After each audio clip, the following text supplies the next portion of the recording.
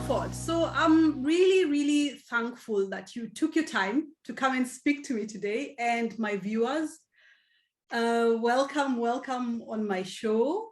Thank you. Thank you so much, my sister. Thanks to finally, it's such a pleasure to be here, first of all, and I'm very honored to be here with you today. I think this has been a long time coming since we first spoke. So. I know. The first time we spoke to each other was in December last year. Oh my God, yes. Yes. I remember there was more snow on the ground. So yeah. So finally you're here. And before you started the great work, so we're going to talk about that later, before you started the great work that you're doing of helping victims of domestic violence and helping them leave such marriages. You are yourself a victim of domestic abuse. How long were you in that marriage? So I stayed in the marriage, I'll say three and a half years. Mm-hmm. And I was a very new mom.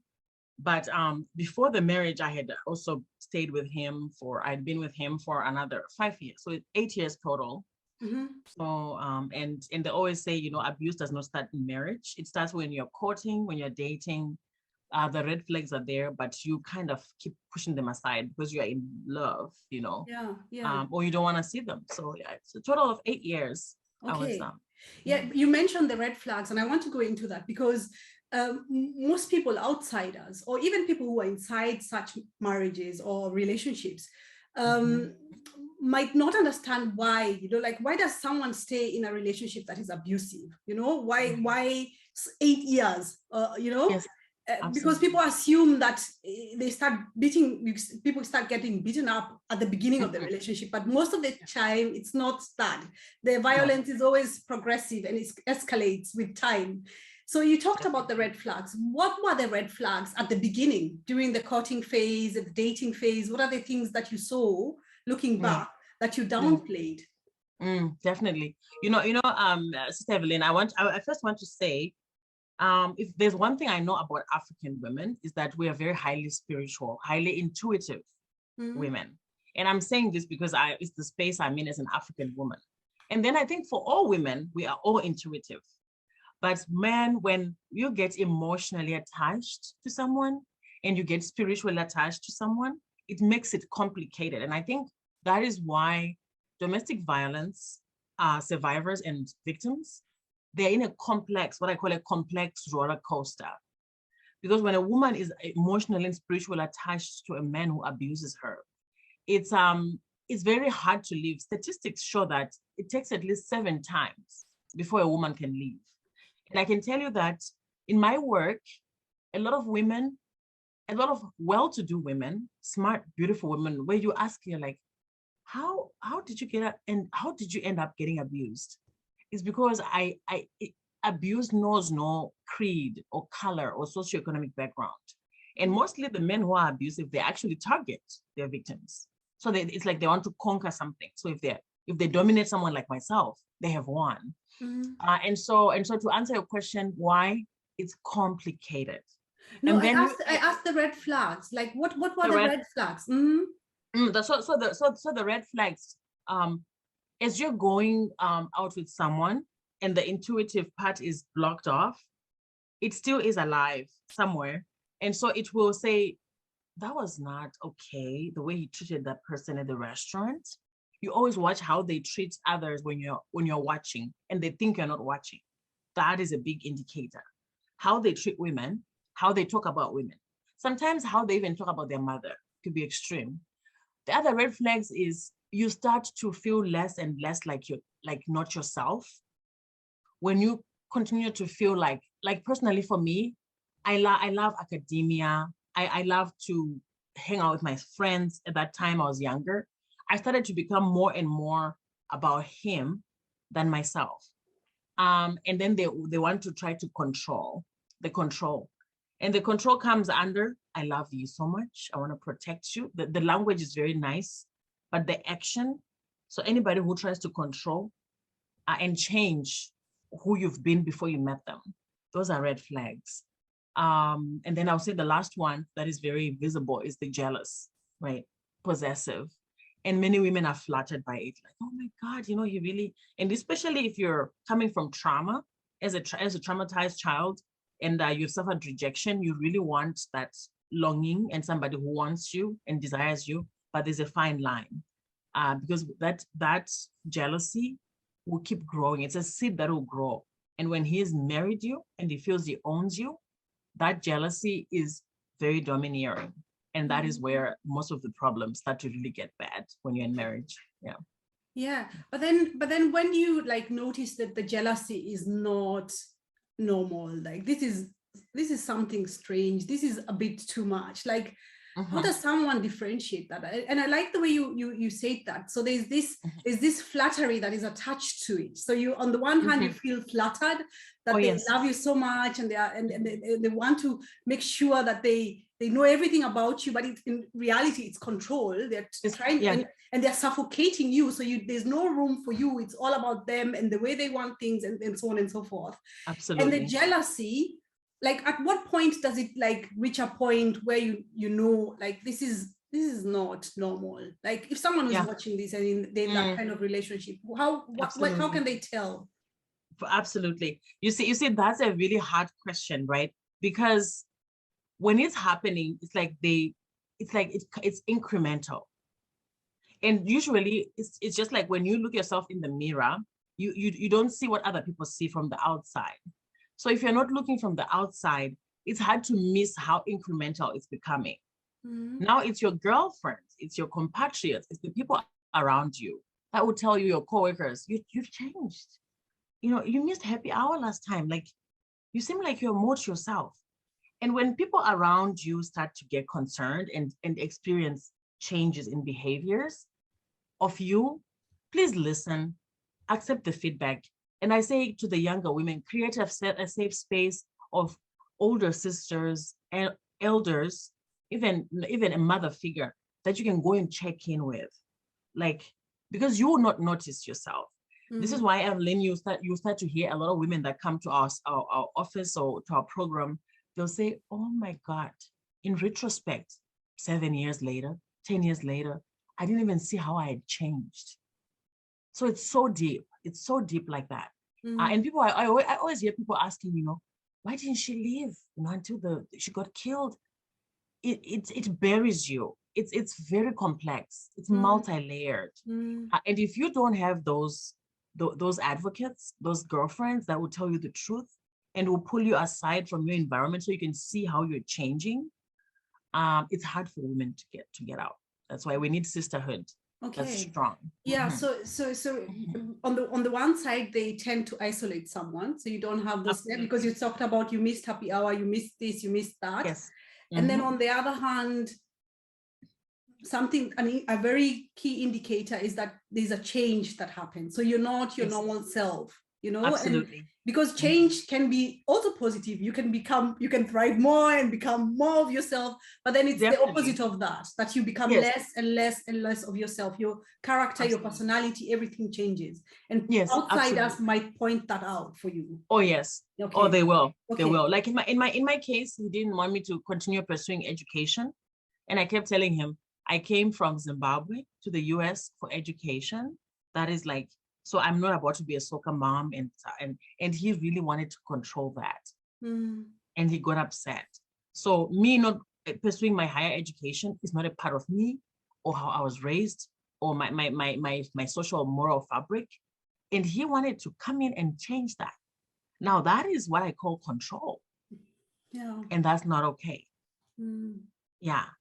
And so what looking back, so when the first time he hit you, you know, you've said it's very complex. It's not something that there's a lot of factors playing into this. But for someone who's standing outside, we think to ourselves, okay, the person hits me once. Why in the world do women stay? Why did you stay? Like, why did you bear with that for 8 good years? And what do you hear from other women that you work with? What reasons do they mention for them staying in those relationships? Right. The first one that I always hear is about the children. It's about the children. I'm staying for the children. And it's a very legitimate reason, right? In my case, my twins were barely 6 weeks old. He pushed me down the stairs while I was holding my daughter. I had twins. And your body just got traumatized. And then when you're in the diaspora, or even if you're at home and maybe you've eloped, or situations are different, right? Maybe your family may outcast you for a while. You have to stay with your husband. And so when you're a new mom, in my case, I was vulnerable. I couldn't work. I had twins. I don't have family support. And after he did that and the police came and he was arrested, I went back to drop the charges, which is one mistake many women make. Because here's why. After you call the police on him, he's very enraged. Whether you drop the charges or not, he's already enraged at you. So the time he comes back home, trust me, that violence is going to escalate. And that's what happened in my situation. And that's when many women die. So why women stay, it is the children. And then I want to say why women should not be staying for the children, why I eventually left. When you raise your children in that environment, we're going to talk about that. I wanted to, because you mentioned something about a vicious circle in one of the videos that you talked vicious about. circle. We're gonna go into that. First of all, I wanted that we just highlight the reasons why people stay. So the reasons why children at one point, children. Okay. The second one that is really, really big as well is financial dependency. Two ways. Either some women are raised to be nurtured and taken care of by a man. That works very well when it's a healthy relationship, the way God designed it. But when you're dealing with a controlling person, they would take advantage of that and control you by limiting. In my case, when I was pregnant, there was no food. I couldn't work. So food was used. He made me so uncomfortable. So I didn't have access to food or transportation or basic needs. So that I would abort, wanted me to abort at first, okay? So financial control. A lot of women also, by the way of patriarchy, we don't have access to economic independence and the way we are taught. So that's another one. Finances, that's a big one. Women who prefer to be beat and be comfortable. The third one is culture. Culture, patriarchy, and pressure from other women. You'd be surprised, Evelyn, at how other women are the upholders of patriarchy. In my case, when I left my marriage, I got ostracized from my community, my Zimbabwean community here. Really? Yes, you become the other woman. No. You become a woman with a label of single woman. And then it only doesn't come with the name calling or just the removal of yourself from the community. I even had some pastors tell some of my younger friends, you shouldn't be friends with her. She's single. She doesn't have anything to contribute to you. That happened. No. So women will stay because they don't want to go through that. That's a really big, we all have a sense of need and belonging. And when your own community ostracizes you, that takes away your security blanket, especially when you're away from home. So culture, and you go to your mom and she'll say, pray over it. You go to the church and the pastor says, pray over it. And that is how many women end up dying. They're being told to work on it and stay. Yeah. And I am so thankful that you've mentioned that, because I'm a Christian too. And I've seen people staying in bad marriages, bad relationships, because everybody is saying to them, pray about it. Like the way you're saying, yes, on the one hand, you shouldn't just leave your marriage the minute things get rocky, but we're talking about abuse here. There's nothing about staying and praying about abuse. You just need to leave immediately. Yes. Yeah. If you're having miscommunication, differences, for example, it was somebody not from my culture. If you're having cultural hurdles, communicate, go to counseling. But the moment he puts his hand on you, and for me, it's even the moment he starts calling you out of your name, it just escalates. So when there's abuse, I believe this is a reason to leave. Absolutely. Yeah. So you've mentioned the cultural aspect, the children, financial aspect that keeps women in such relationships. Yes. How about women in the diaspora? So you're a Zimbabwean living in America. I know many Kenyans here, many African women living here in Germany. What other factors do play in for women who migrated to another country that make them stay in such relationships? So the immigration, thank you. I'm so glad you asked that. The immigration situation and status is another one, right? Some of the women we work with, they are mail-in order brides. They were brought from their home country to the foreign country by the man. And most of the cases of mail in order brides end up in abuse. And disproportionately the ages, there's a huge age gap there. So the other partner is feeling insecure because he's older. The woman is feeling more comfortable because she's learning the system. And the more she wants her independence, the more he gets scared, the more the abuse. That's one example. And then there's a lot of African women, as you said, and African and even other brown women, like Asian women, who end up being stuck in an abusive relationship because immigration status. The abuser knows the system very well, and they might withhold the green card, or they might get the woman in trouble because they know if you don't have your green card and you have a criminal record, that can deter you from getting your citizenship. And I have experienced all of the above myself. Was your husband American? Yeah, American. A white American? White American, yes. Good, let's just name it, because I think some people back home can't imagine that this can happen. I've heard some African sisters saying, like white men are very loving. Abuse is everywhere. Yeah. Everywhere. Yeah. You just meet that one. Yeah, it doesn't matter if they're green, yellow, or red. Yeah. And could it be that is sometimes used to keep people in such relation, to trap them into that, because they're like, if you leave, you don't have any paperwork, your life will, I'll make sure you get deported as soon as possible. Did he play those games with you? Oh, absolutely. Actually, at some point I had my green card taken away from me on my way from Zimbabwe into Chicago. And when your green card is taken away from you, that's a proceeding for deportation. Because what you have to understand about abusive people, they're very manipulative and very smart in most cases. They know the system, they study it, and they will push the buttons to make you look a certain way. They'll push the buttons to frustrate you. Like as we speak right now, I haven't seen my twins for the last 3 months. Oh, no. Now, if you're a mother, if you're a woman who's had children, they're 9 years old, you know what that will do to you as a mother. Oh. And so they really push, what they're trying to do is they're trying to kill you while you're still alive, So the immigration one is one of the biggest ones. And then I also want to say that the racially unjust systems here that are deep rooted in white supremacy are also a problem for the women that are going through abuse. In America, I don't know what Germany is like, but in America, we've really been advocating, but the scales are still tipped, where you find a lot of Black women losing their children to the system. And if you flip the tables, white women will be given children primary custody right away. And if she's with a Black man, the odds she'll get the children full-time is even higher. And the reason is most of the judges sitting on those seats are older white men. So I was asking myself, if I was an older white man and there's an African girl here and there's a white boy here in my chambers, I'm going to look at the white boy and I'm going to relate to him more to my grandchild. And by human nature, whether the judge is a good person or not, his decision is going to be skewed. It's just natural. So that's what a lot of our sisters face here, also unjust justice system, or an oxymoron, but that happens a lot. And actually with my organization, I have experienced that. Most of the women I work with have experienced it. So we actually are looking at how can we transform those systems, because that's a problem. That's a big problem.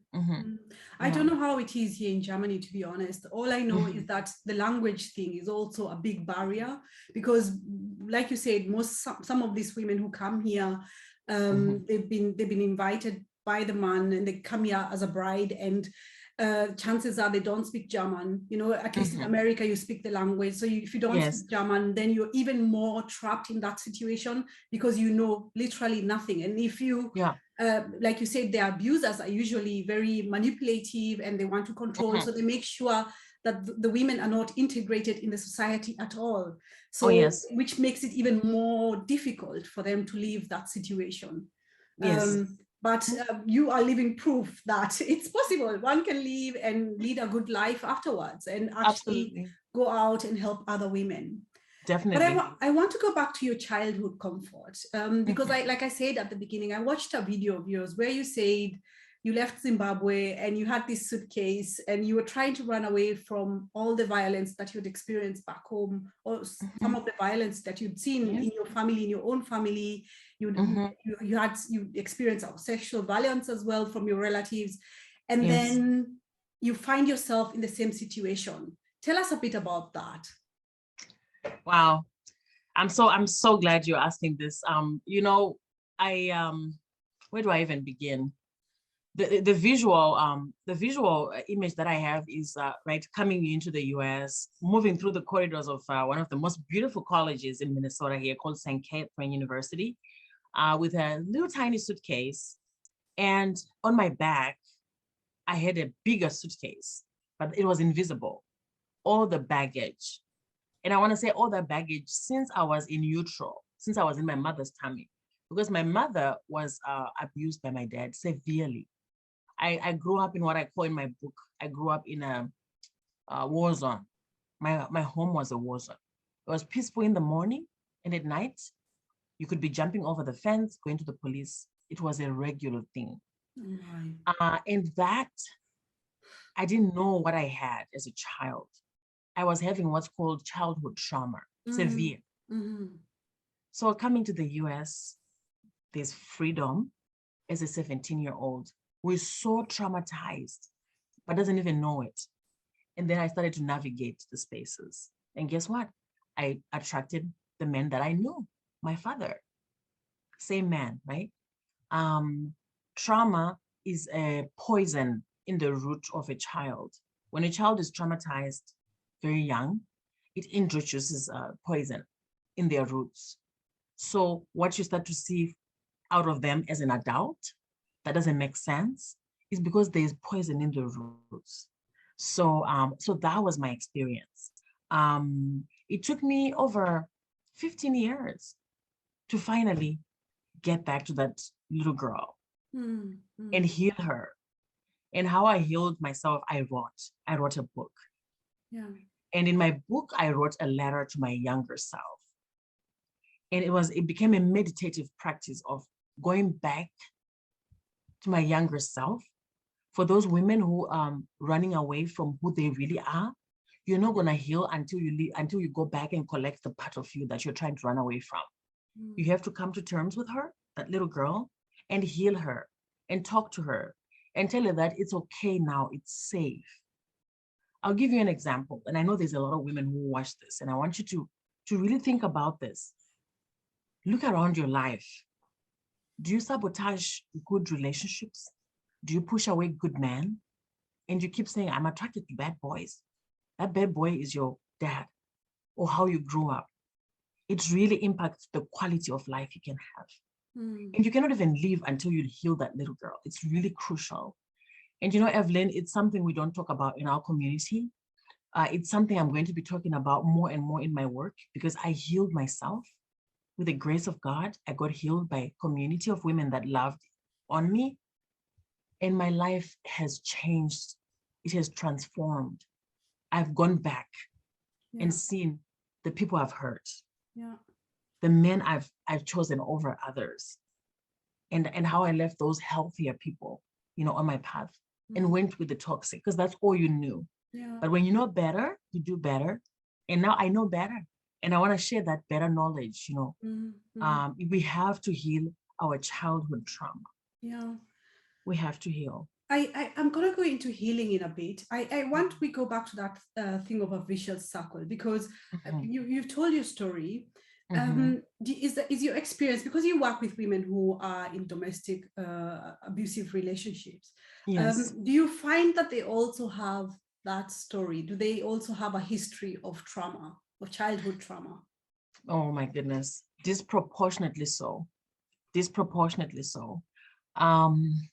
This afternoon, so it's not just a one-off. It's not something that you just experience. No. Something that tends to be common because, like you said, this is what you're used to seeing as a child. You think this is what a normal relationship looks like. Oh yeah, absolutely. And I did a social experiment on my girlfriends who I knew grew up in more we had like more healthier father figures. If you look at their lives later, they actually attract partners that mimic their fathers. They're in more steady relationships. The women that have been sexually abused as children, they normally end up, you know, using substances. They end up dealing with a lot of anxiety, depression. And when they're using the substances, they're trying to numb the pain that comes from the anxiety. And so it's a vicious cycle. Because what happens is they'll say, she's using drugs and alcohol. She's a criminal. And the vicious cycle goes with this. No, punishing her alone is not going to heal it. Punishing her is going to make her drink more, use more. Actually, she has depression and anxiety because she needs healing from her childhood trauma, but nobody connects that. So it becomes a vicious cycle for many women because they will go back in the system. Now they cannot work because they have a criminal record. And now they're more stressed. Now they're homeless. And now the stress makes them drink even more. And then their anxiety and depression gets more.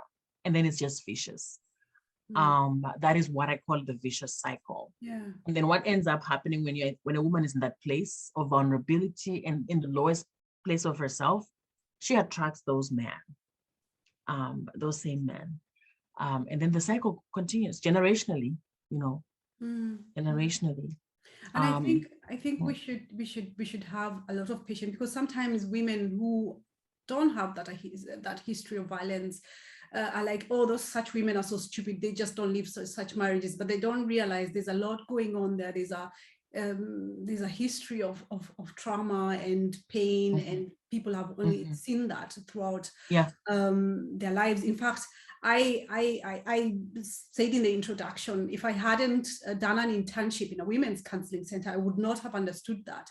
I used to get really angry when I hear women are getting beaten up and they're staying in those relationships. I'm just, why don't they just leave, Leave, But then it's not that easzy, because there's a lot going on that we don't know of, that has happened in the past, and they just, like you said, they have this big luggage that they have with them, which is invisible, and they need to actually come to that point of seeing, okay, I have baggage with me. But also, I think also some women might not have that history, but they might end up in such relationships anyway, and end up staying because, like we said, such men or partners are very manipulative, and they know how to just take a grip of someone and keep them in that relationship. Absolutely. But I think it's also very important, like, because most women don't leave those relationships, like you said, because of the children. Yes. And what does this, staying in such a relationship do to the children? You wanted to talk about this earlier on. Absolutely. Yes. The children, they are impacted by domestic abuse, witnessing any kind of violence in the home. It brings me to the African saying, we say, when two elephants fight, the grass suffers. So it's the children who suffer the most because they're at the receiving end. So if you have sons, they are seeing how their father treats their mother. That also creates or recreates the generational behavior and patterns. For the young ladies watching dad beat mom, it also creates a sense of unhealthy bonding with men, that is mistrust, that also can lead to attracting men like their fathers. So it really affects the children. And then the trauma piece that we talked about, most definitely it affects children.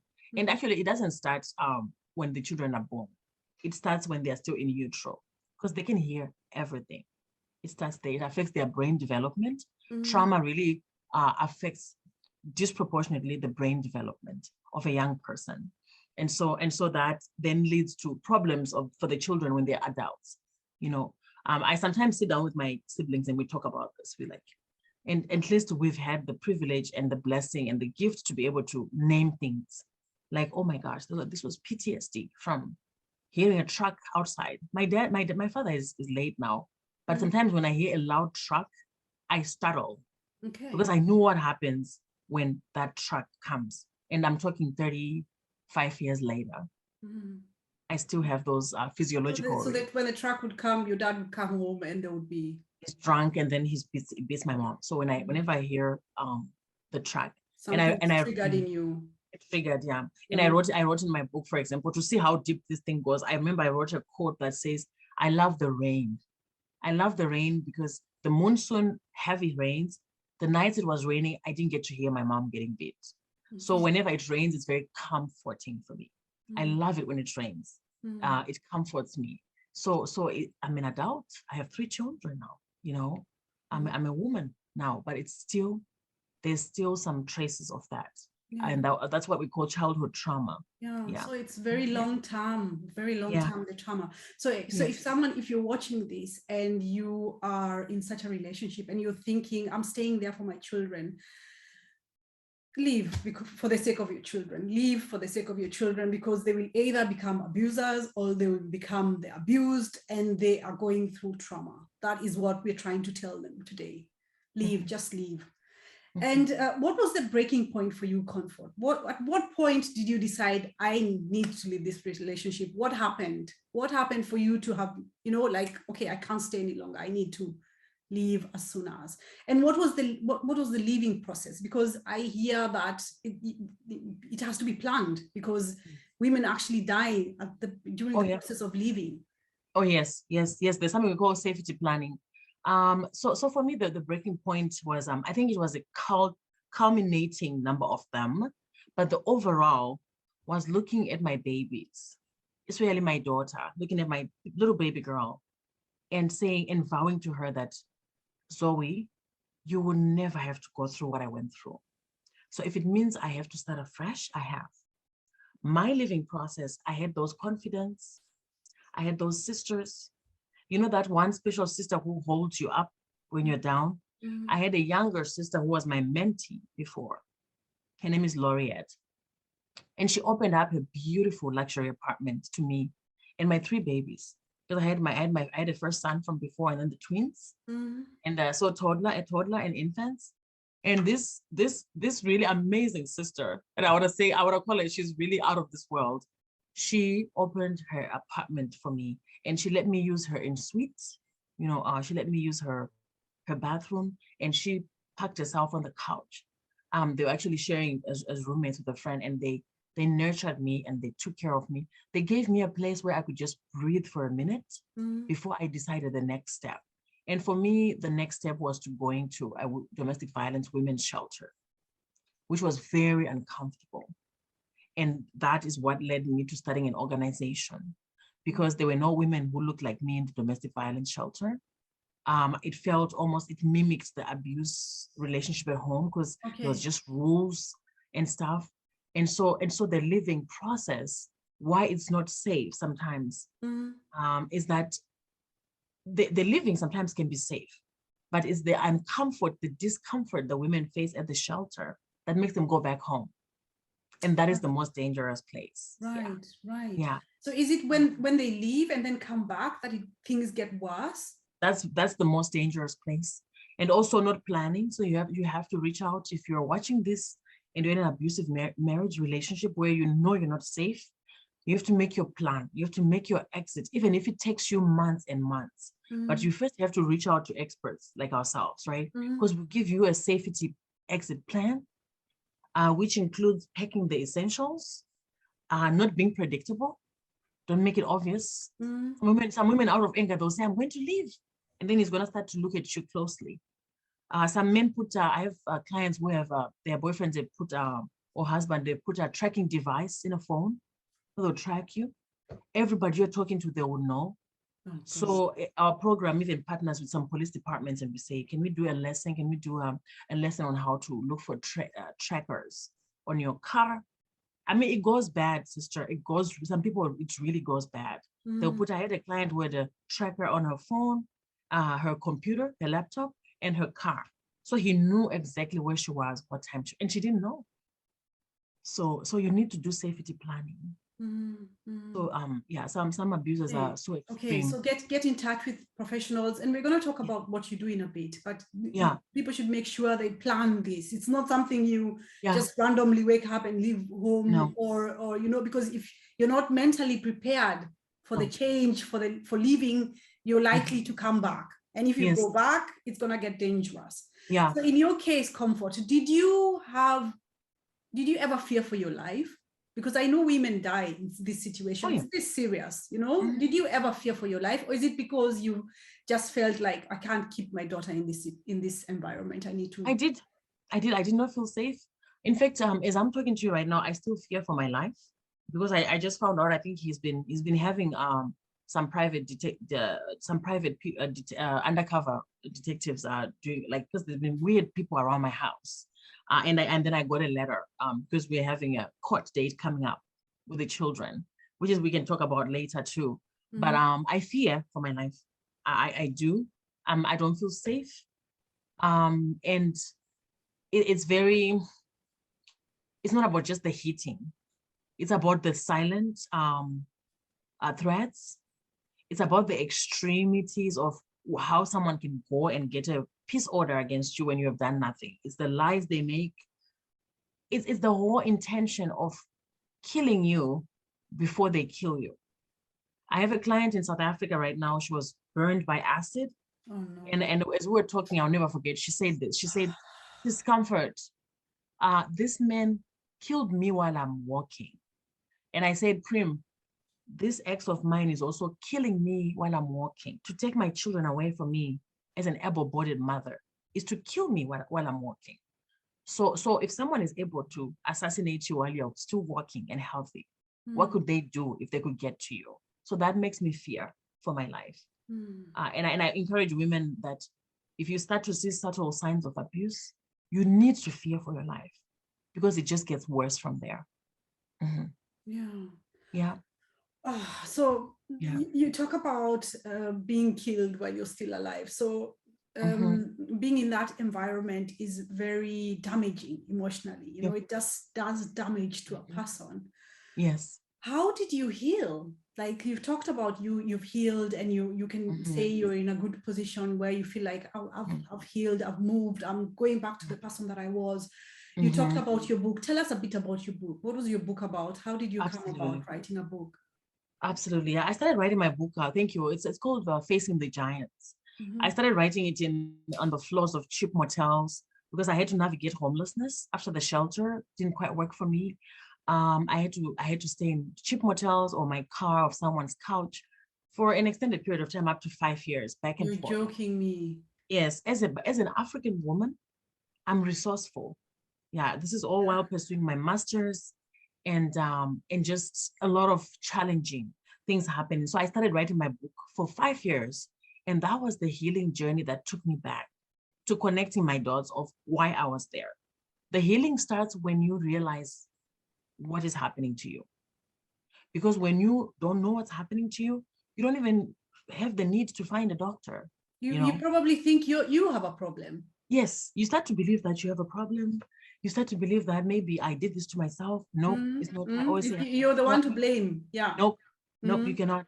You cannot. Of course, in those moments, have I made some really bad decisions and mistakes? Yes, and those I own. I own those.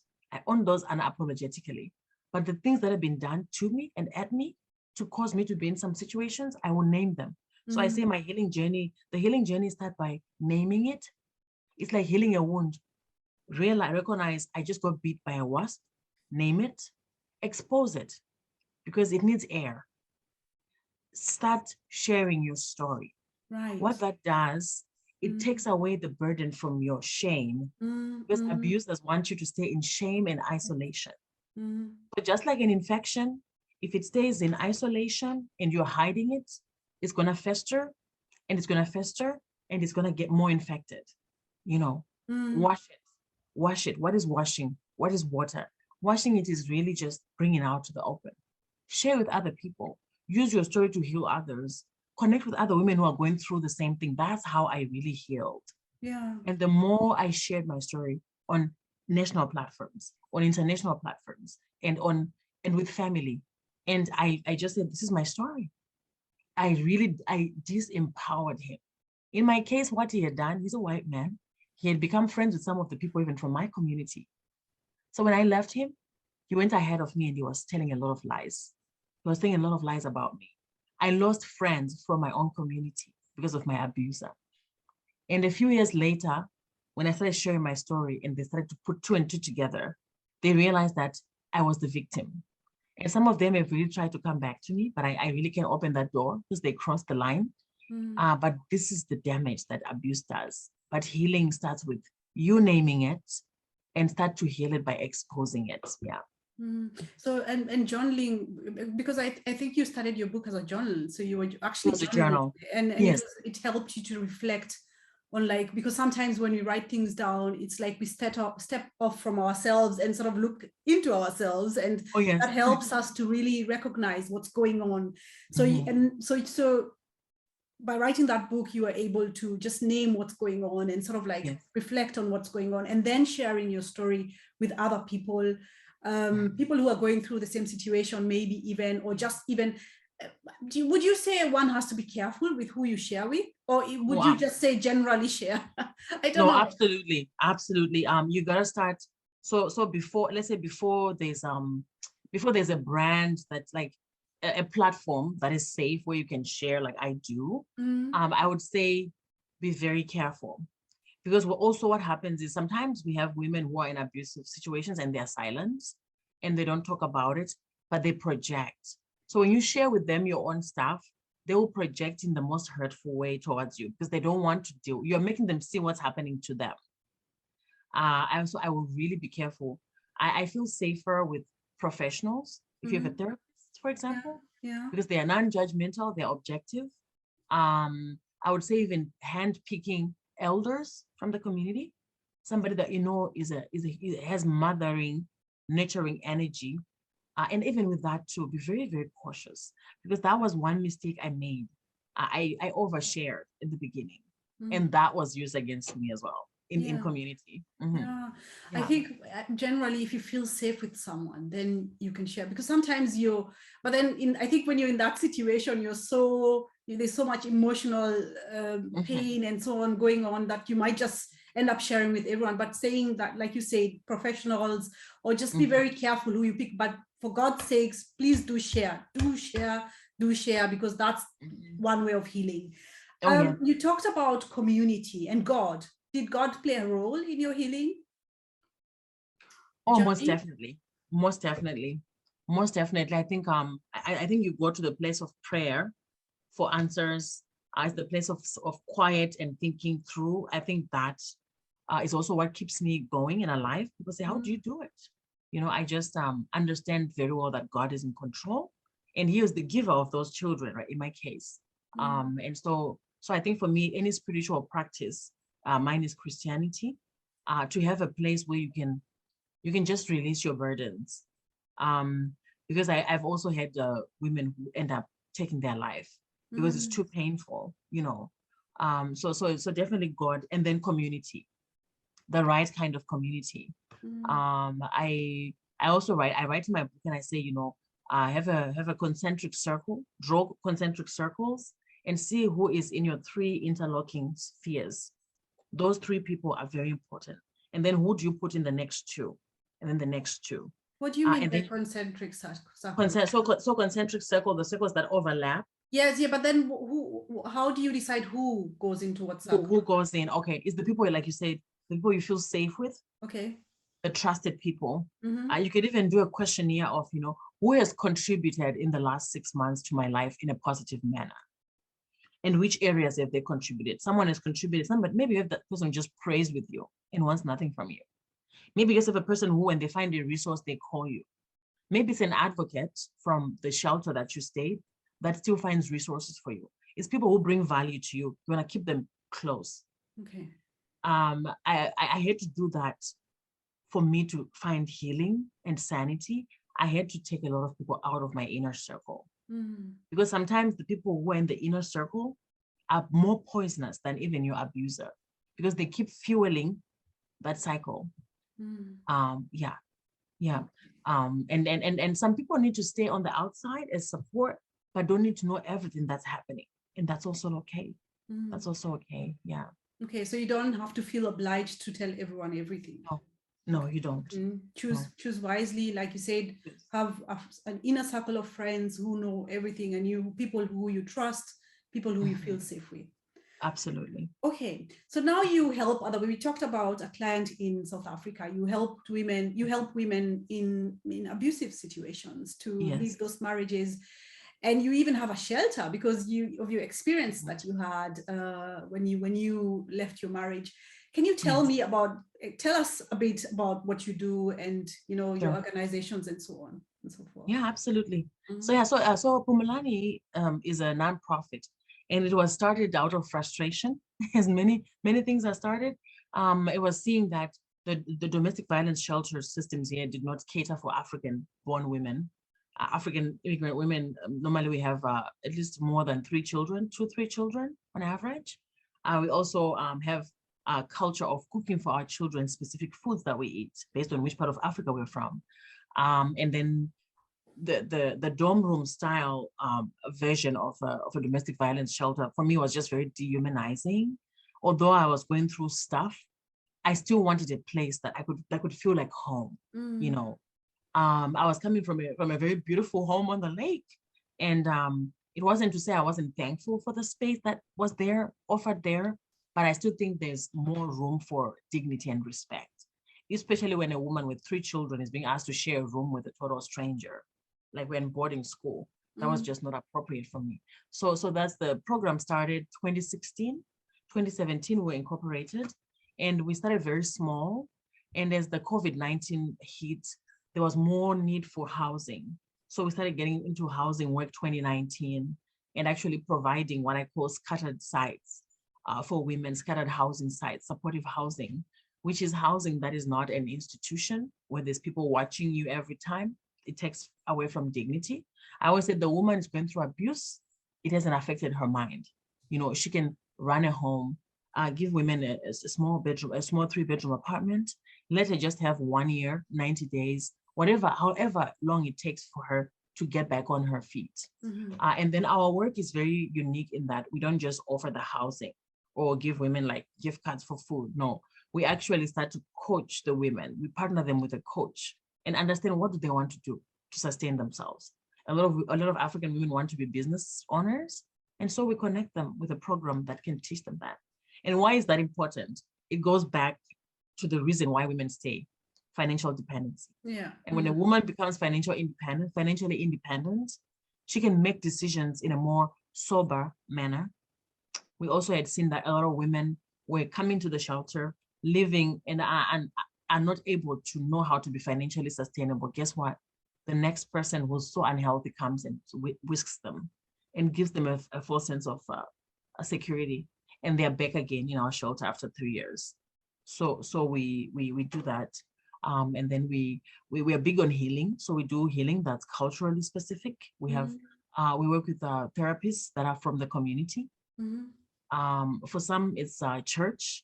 You know, we engage with pastors and really do a lot of training for our church leaders to understand, you know, why it's not okay to tell a woman to stay. You know, those are the programs that we have at Phumulani. I'm most excited about the program that is the sustainability program that helps women to be self-sufficient.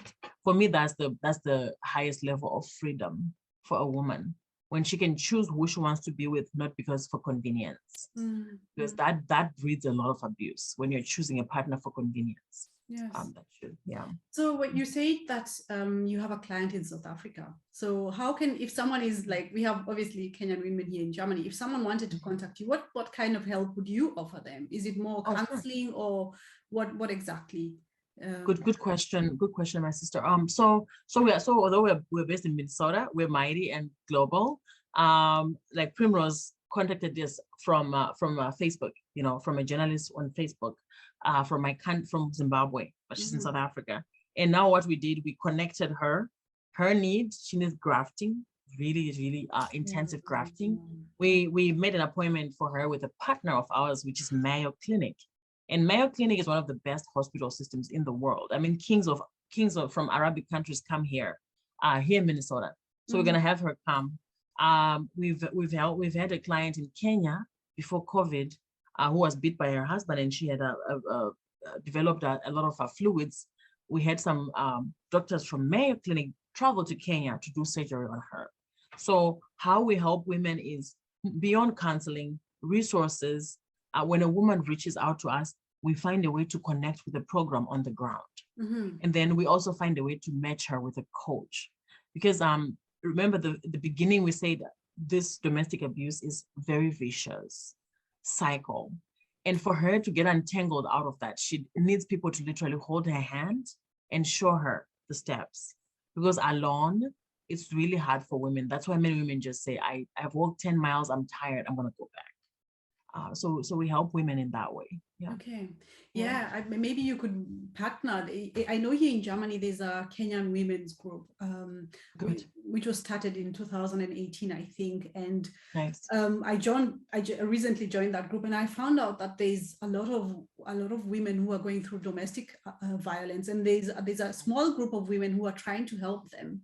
That's awesome. So that is also something that maybe in the future you could refer to people if they're in Germany or whatever. Definitely. That is something that they could, a place that they could get help. But Yes. generally here in Germany, there's actually really good shelters. I don't know how it is for an African woman. You know, you bring that aspect. I don't know how it is, because obviously I haven't been in a shelter. I don't know anyone who's been in a shelter, but I know that there are shelters here. Like there's a lot of support for women going through domestic violence. The government actually, I don't know how it is in America, but the government here funds those organizations so that they that women can get help that they need in such circumstances. Good. Yeah, that's really good. I'm glad to hear that about Germany, and I would love to connect with the other women and sisters, and even also just learn about the systems in Germany. I think even when good systems always need revamping, because maybe let's say they might not have a lot of Kenyan or African born women in their system. So maybe it's catered for German women. And then it's looking at, is that system working for our women?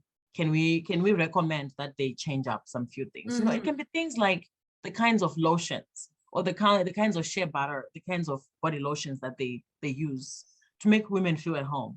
It could be adding a few ethnic foods, you know, on their menu so that women can feel at home. It's small things like that. Because remember, these women, they have left everything they call home to flee for safety. Yeah. So yeah, I'll definitely pass on your stuff, your contacts to those women here in Germany who are doing that work. But also, I will put your contacts in the description for anyone who wants to contact you, because there might be someone might think, I want to see what Phumulani does. I want to see what Comfort does, and I'll put your contact details in the description so that people can just reach out to you. Maybe someone has watched this and they feel like they can connect with you and they just need some advice, and they can do that if they want to. Awesome. So I'm coming on to my last question now, even statement. I would just love for you to speak to a woman who is watching this, who is in an abusive relationship. What would you want to say to her? Like, what do you want to say to such a woman who's watching this right now? You are not a DNA mistake, you know, and oops. The statistic that shows what it takes for a person to fully develop as a human from conception to birth is a miracle, and that's just what you are. So you deserve to live your life fully with joy, even sometimes with challenges, but in safety. And no matter what you've been told, no matter the names you've been called, you are a queen and you deserve to live fully. And I am a living testimony of that you can live. It won't be easy, but you get to rewrite your story. And in ending, I want to say, I helped my mom live as well. And she is living a beautiful life in her 70s, free. Her mind is free. She's joyous. Every time I talk to her, she's smiling. I mean, when you leave those kind of spaces, you'll be surprised what you're capable of. But if you stay because it feels comfortable, you're going to just continue to drown there. So take the courage, just reach out. You can find us on Facebook. My name is Comfort Dondo, right? So Dondo. Just inbox me. You know, it begins, the journey of 10,000 miles begins with just that one call to your freedom. And you don't have to die visibly or invisibly in that kind of situation. Those are my words to my sisters watching. Thank you so much. Yeah. Oh, I've got goose pimples by watching that or listening in. Thank you so much, Comfort. Thank you. And to whoever is watching this, like I said, Comfort's details will be in the description below. If you haven't subscribed to this channel, go ahead and do that now. Share this video with someone you love, who you know is in an abusive relationship. Like I said at the beginning, there is a way out. There is a way out. Make sure that you contact someone. Don't just stay there and watch your life crumble. Yeah, you can do something about this. Thanks for watching, and see you next time. Thank you so much. Thank you, my sister. God bless you.